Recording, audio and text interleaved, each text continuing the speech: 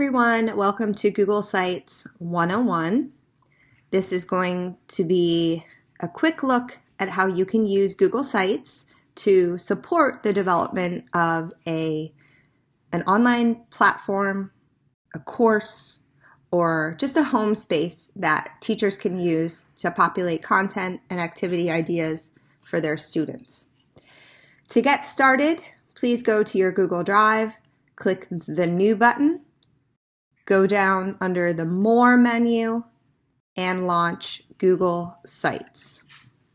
What you're going to notice about the new Google Sites is that it's a very sophisticated looking platform with surprisingly easy formatting tools, and in no time at all, you're going to have a wonderful website to share with your families.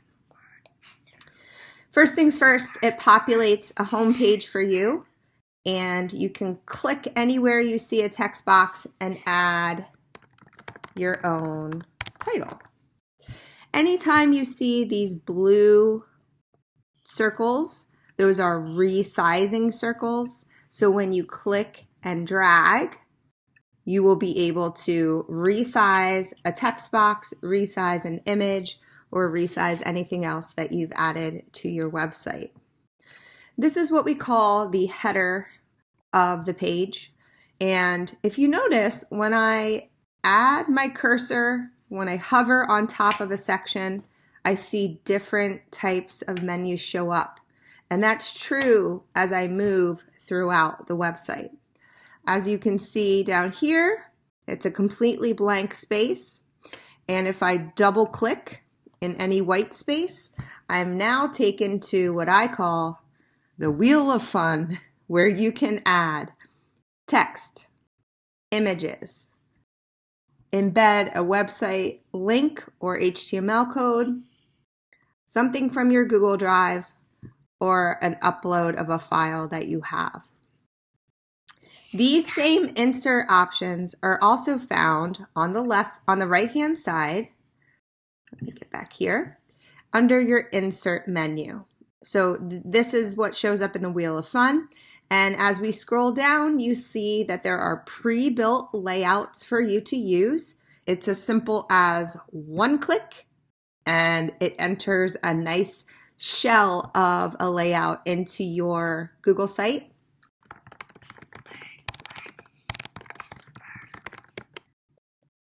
You click.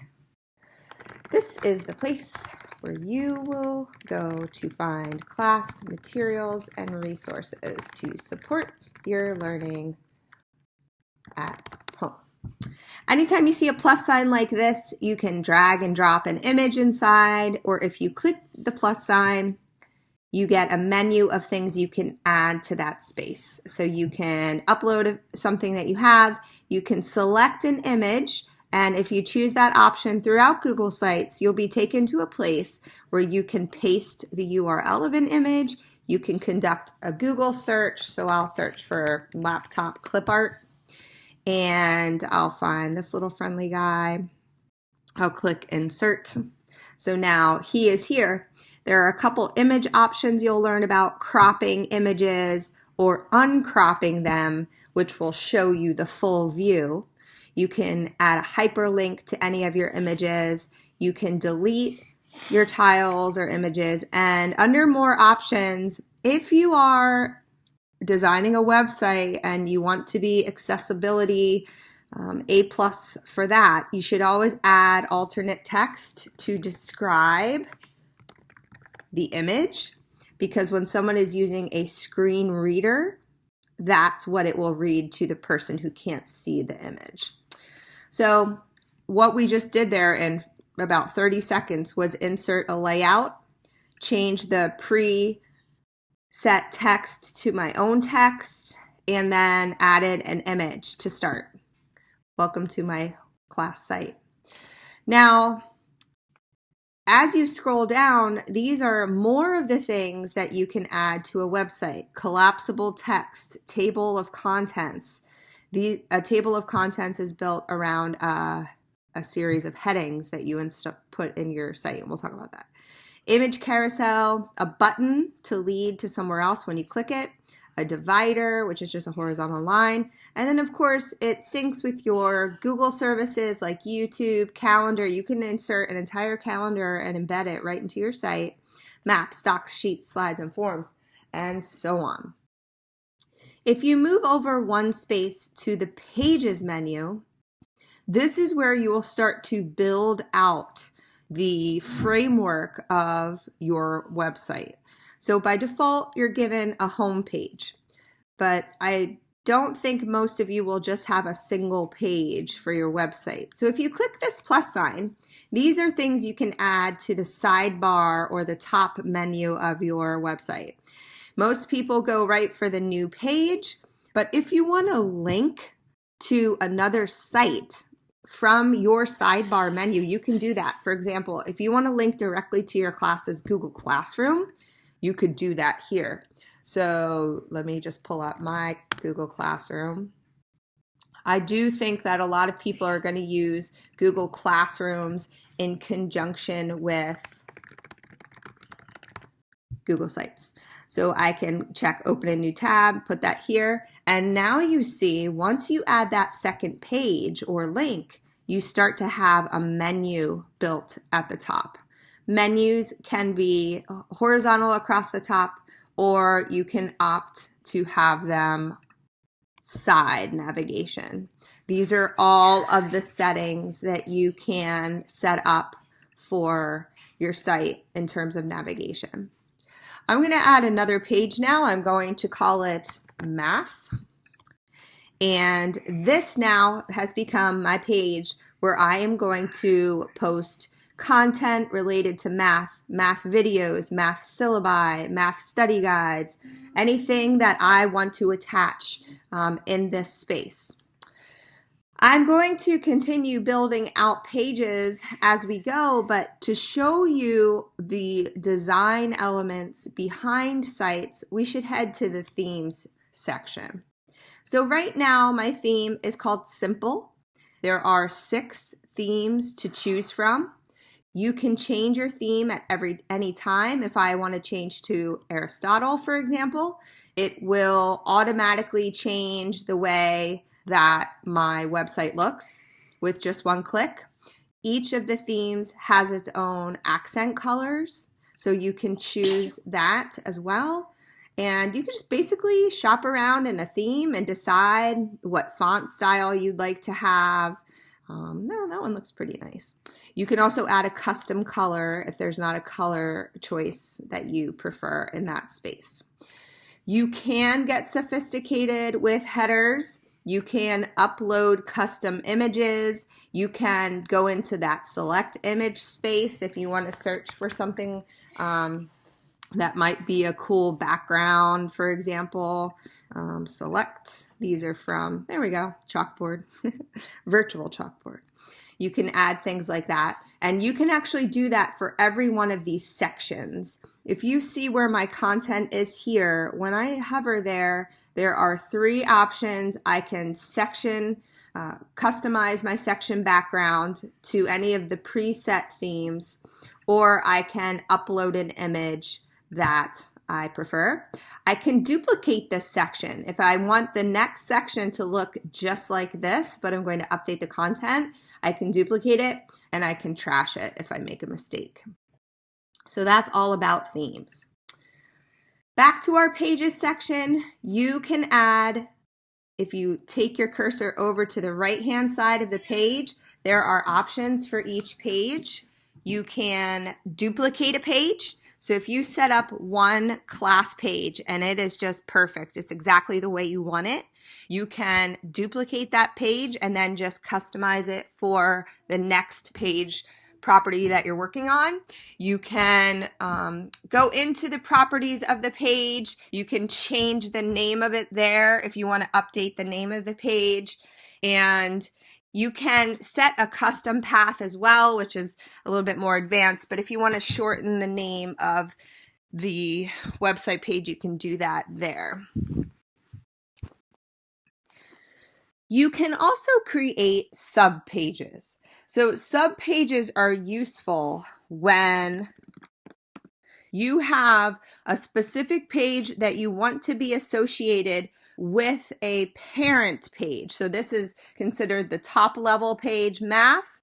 And beneath that, you have projects.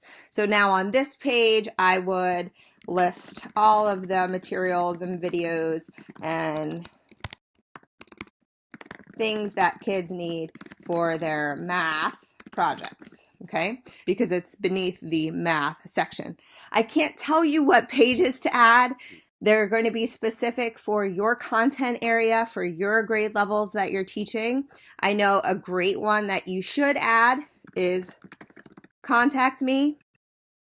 Something like, here's the best way to email me or call me or find me on Zoom during these office hours, just so that parents and students have that information ready. And if you noticed what I did just there, you can actually drag and drop pages on this side into the order that you'd prefer. Now, you notice this whole time I've been building and I've not been saving because it has auto saved. If you look at the top here, it says all changes saved in Drive. And what that means is this is functioning like a Google Doc, for example, in that it is now a file that is saved in my Google Drive. And each time I want to go back to work on it, I will find it in my Drive. So it's treated more like a file. Now up at the top here, I'm going to give it an official name, and that will populate here. You can add a specific logo if you'd like to. But again, we've only been doing this for about 15 minutes and I already have a website up. Not the greatest, but it is here. And that's how easy it is to build a page, add it to the side, go into your insert menu. Here's some other stuff you can add. Here's a button, for example.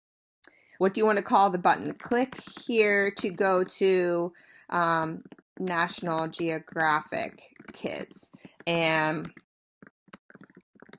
what we'll do is grab that link. If this is something your students visit often, you might want to create a button for it and click insert. You can resize the button. You can drag and drop things in this interface. And you can decide, do you want the button to be filled or just outlined, or do you just want it to be text that's hyperlinked? So you can design that button to be how you want it to be. Now, the thing is, this is what you see when you're the site creator. But if you want to see what students and parents will see, what you need to do is click the preview button at the top.